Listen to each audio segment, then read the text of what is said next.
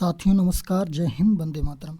साथियों CTET exam के लिए अब 20 दिन के आसपास बचे। तो साथियों सीटेट एग्ज़ाम के लिए सभी अभ्यर्थी इस समय खूब जी जान से अपनी तैयारी में लगे हुए हैं।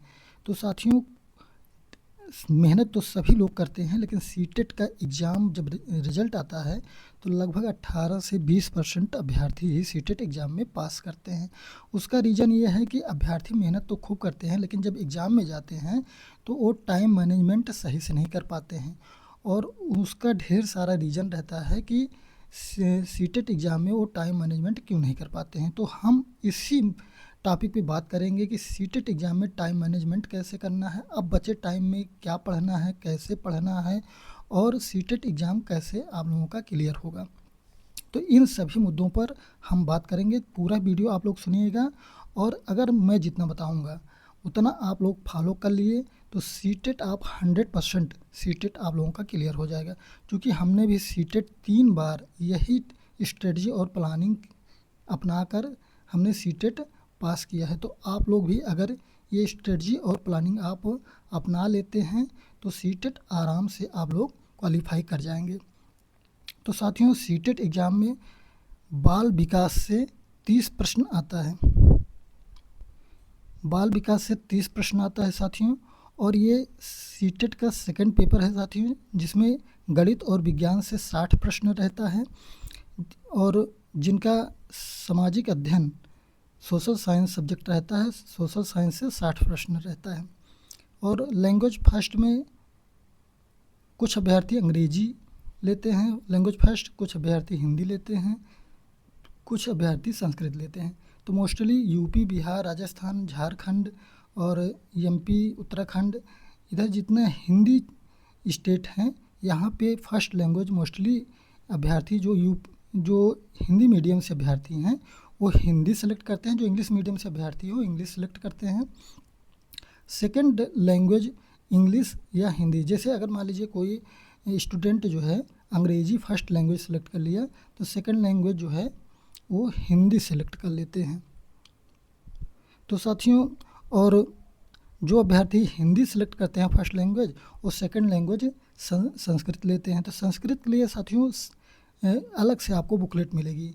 संस्कृत में भी लैंग्वेज फर्स्ट और लैंग्वेज सेकंड संस्कृत में भी रहता है। तो जैसे अगर आप लोग हिंदी फर्स्ट लैंग्वेज सेलेक्ट कर लेते हैं तो आपको संस्कृत का सेकंड लैंग्वेज आपको मतलब सॉल्व करना होगा।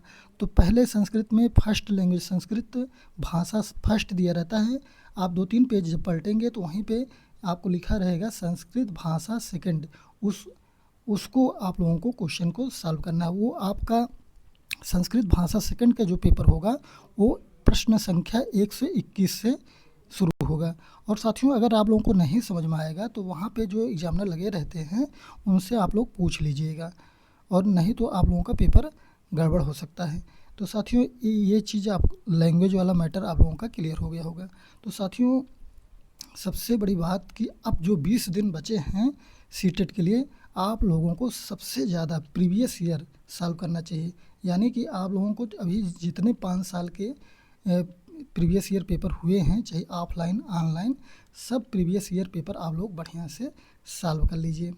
क्योंकि प्रीवियस ईयर पेपर जैसे हुआ है वैसे ही हर बार क्वेश्चन सीटेट का पूछता है, खाली क्वेश्चन चेंज करता है, पैटर्न सेम रहता है, क्वेश्चन का टाइप भी सेम रहता है, सिलेबस भी सेम रहता है।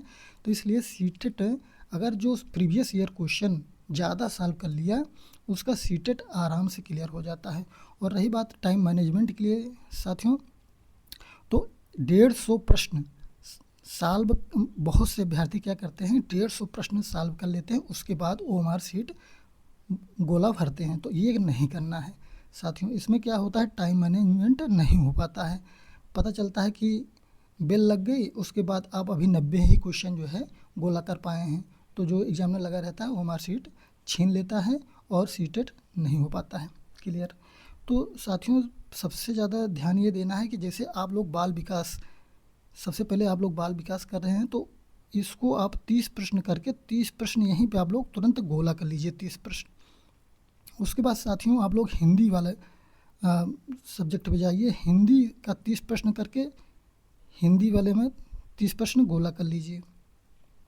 उसके बाद साथियों आप लोग संस्कृत का सॉल्व कर सकते हैं, या जो है मान लीजिए आप साइंस में जाते हैं तो पहले आप साइंस का 30 प्रश्न सॉल्व करके साइंस का 30 प्रश्न गोला कर लीजिए। उसके बाद मैथ का आप लोग जो है 15 क्वेश्चन पहले पैडागॉजी सॉल्व करिए। पैडागॉजी आसानी से वो आपका जो है सही हो सकता है। उसके बाद जो मैथ का जो इजी क्वेश्चन है पहले उसको ढूंढ के सही कर लीजिए। उसके बाद जो क्वेश्चन नहीं आ रहा है उसको अभी छोड़ दीजिए। उसके बाद आप लोग संस्कृत का पूरा क्वेश्चन सॉल्व कर लीजिए। संस्कृत का सॉल्व करके जो अब टाइम जो बचा है उसमें आप लोग जो है मैथ वाला सॉल्व करिए। मैथ वाला सॉल्व करिए। अगर टाइम नहीं बचा है तो आप लोग अगर तुक्का मार सकते हैं, मतलब तुक्का ही मारना पड़ेगा। अगर टाइम नहीं बचा है तो आप ए बी बी या एक ऑप्शन पकड़ के उसको आप लोग गोला कर लीजिएगा साथियों।